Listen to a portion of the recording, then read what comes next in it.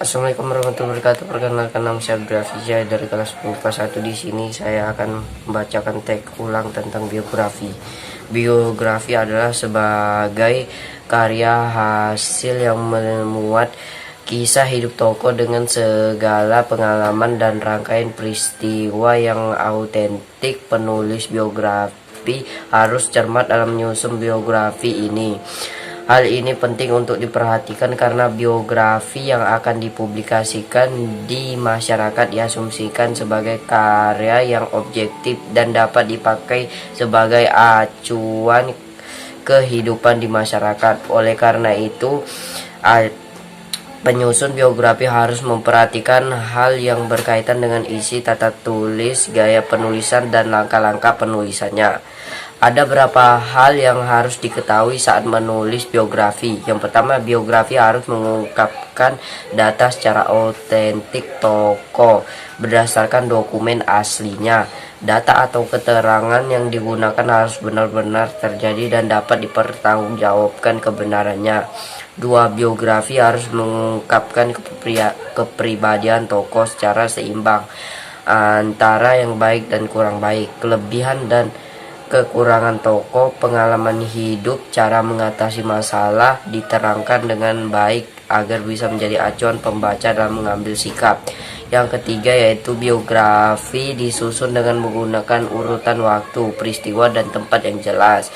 Dan yang keempat yaitu biografi disusun dengan menggunakan teknik penulisan narasi, eksposisi, dan deskripsi.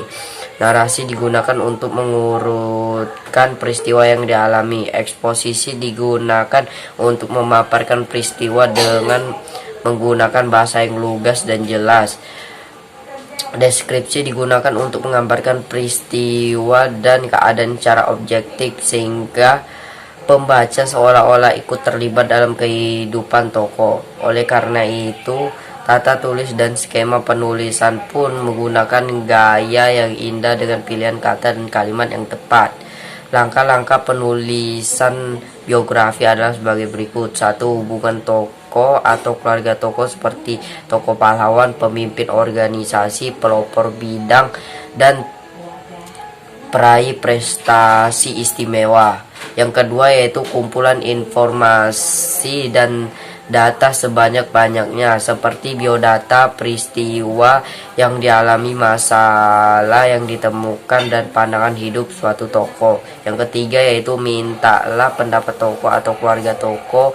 Hal ini dilakukan agar ada validasi data dan konfirmasi kebenaran dari sumber asli sehingga tidak menimbulkan masalah atau konflik. Dan yang keempat yaitu mulailah menyusun teks biografi. Penyusun teks biografi dimulai dengan menggunakan hal-hal umum, dilanjutkan dengan uraian peristiwa, pengalaman yang dialami, dan sikap hidup yang diambil. Kalimat yang digunakan harus mampu secara efektif menggambarkan keadaan yang sebenarnya. 5. Lakukanlah pengeditan. Pengeditan dilakukan untuk memastikan urutan peristiwa, gaya penulisan, dan kalimat yang digunakan yang telah memenuhi syarat. Yang keenam yaitu siapkan teks editan untuk dicetak atau diterbitkan. Oke, itu saja cerita ulang dari video bahasa Indonesia. Oke, saya Raffi, saya mengucapkan wabillahi taufiq wal hidayah. Wassalamualaikum warahmatullahi wabarakatuh.